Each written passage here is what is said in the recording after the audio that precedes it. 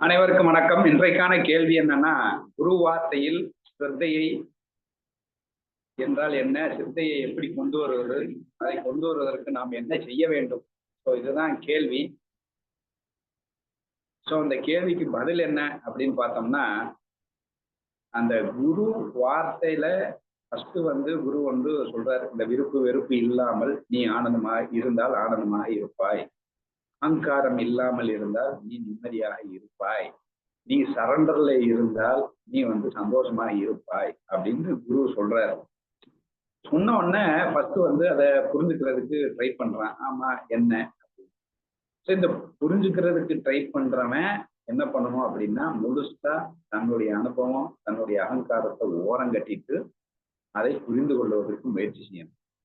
என்ன லாஜிக்ல அவங்க சொல்றாங்க, இல்ல எனக்கு புரிஞ்சு கொள்வதற்கு எனக்கு அறிவில்லை அப்படின்னா, அப்போ இவன்ட்டு இருக்கும் ஒரு அனுபவத்தை தள்ள முயற்சி பண்ணணும். என்ன அனுபவம்?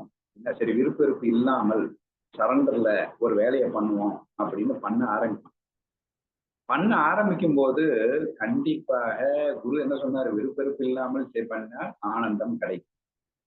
நம்மால என்ன பண்ணிடுவான், எல்லாம் யோசிக்க வேண்டியது. புத்தியில இருக்கிறவனும் சரி, மனசுல இருக்கிறவனும் சரி. புத்தியில இருக்கிறவனுக்கு புரிஞ்சிருச்சு, மனசுல இருக்கிறவனுக்கு சிரத்தை வந்துருச்சு. சரி சொல்லிட்டாரு பண்ணுவான் அப்படின்னு ரெண்டு பேர் ஆரம்பிக்கும் போது என்ன பிரச்சனைன்னா, விருப்பெருப்பு இல்லாம ஒரு காரியத்தை பண்ணுவான், அகங்காரம் இல்லாமல் ஒரு காரியத்தை பண்ணுவான். பண்ணுனா அவர் சொன்ன ஆனந்தம் நிம்மதி எல்லாம் வரணும்ல, வராது. இங்கதான் பெரிய பிரச்சனை. ஏன் வராது அப்படின்னா, நம்ம ஏற்கனவே விருப்பெருப்புல இருக்கிறோம்.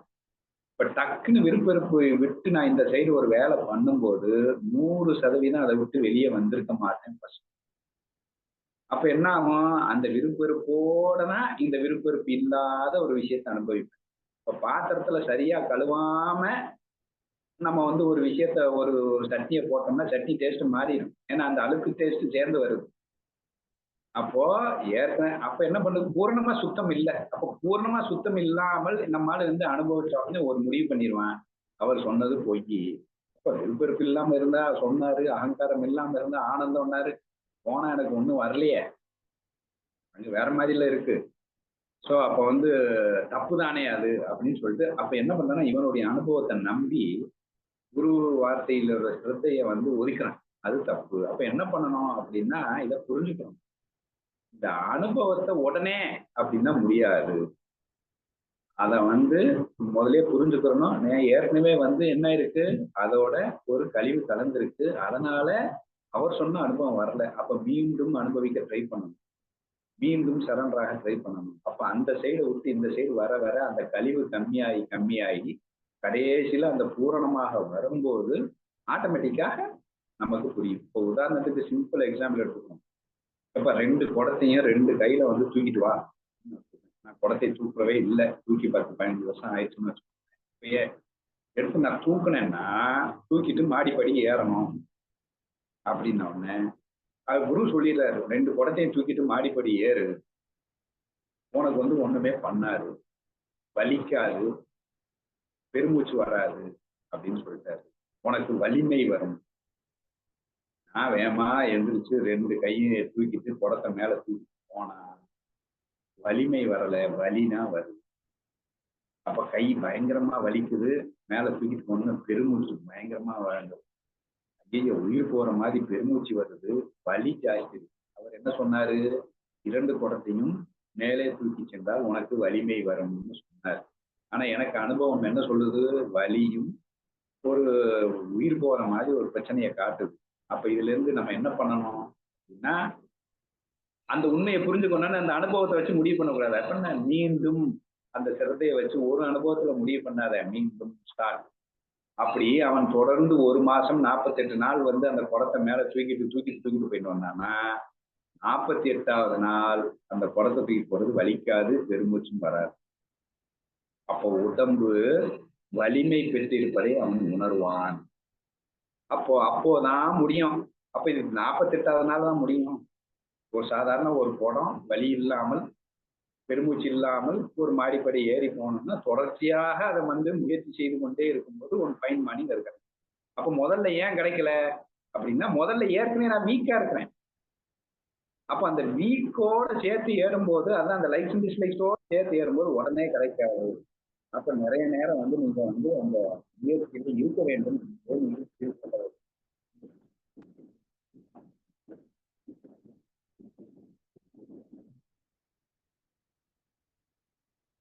அப்படி இருக்க வேண்டும் அப்படின்னு புரிஞ்சுக்கணும். சோ அப்படி நீங்க புரிஞ்சுக்கும் போது உங்களுக்கு கிளியர் ஆயிடும். என்ன பண்ணணும் அப்படின்னா அனுபவம் வந்த உடனே அது தப்புன்னு முடிவு பண்ணக்கூடாது. அதை மீண்டும் மீண்டும் ஃபர்ஸ்ட் புரிஞ்சுக்கிட்டான்ல, அப்ப குரு சொன்னா தப்பா இருக்காது இல்லையா? அப்ப தொடர்ச்சியாக அதுதான் அபியாச வைராகியம். சோ மீண்டும் மீண்டும் அவர் சொன்னதை வந்து அனுபவிக்க இப்பதான் புரியும். ஆஹா சூப்பர், எந்த அளவுக்கு வந்து அவர் சொன்னது உண்மை. ஆனா நம்ம எடுத்த உடனே புரிஞ்சுக்கிட்டேன், அனுபவிக்க போறேன், முடியாது. சைக்கிள் ஓட்டினா சூப்பரா இருக்கும், பறக்கணும், குரு சொல்லிட்டாருன்னா சைக்கிள் மேல ஏறினே கீழே விழுந்துருவேன்.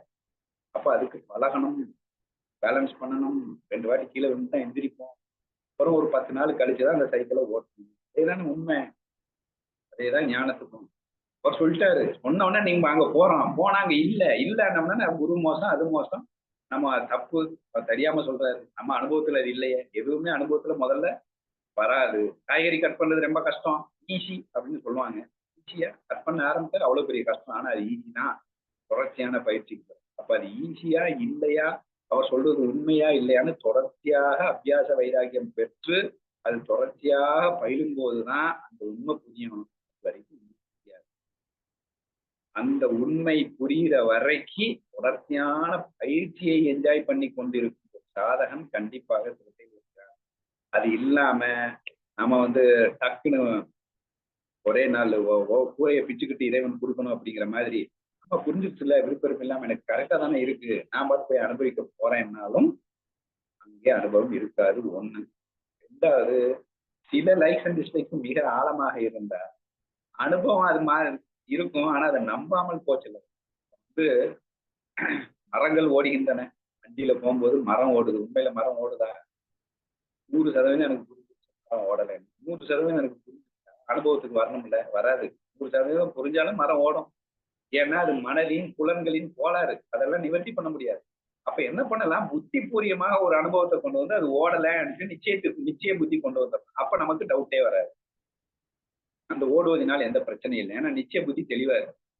அதே மாதிரி ஒரு சில விஷயங்களில் என் அனுபவத்துக்கு வரவில்லை என்றாலும் குரு சொன்ன அந்த நிச்சய புத்தியில் இருந்து கொண்டால் நம்ம வந்து அதனால அதை ஆட்டோமேட்டிக்கா நம்புவோம். ஓடலைங்கிறதான் என்னுடைய நம்பிக்கை. ஆனா என்னோட அனுபவம் ஓடிக்கிட்டு.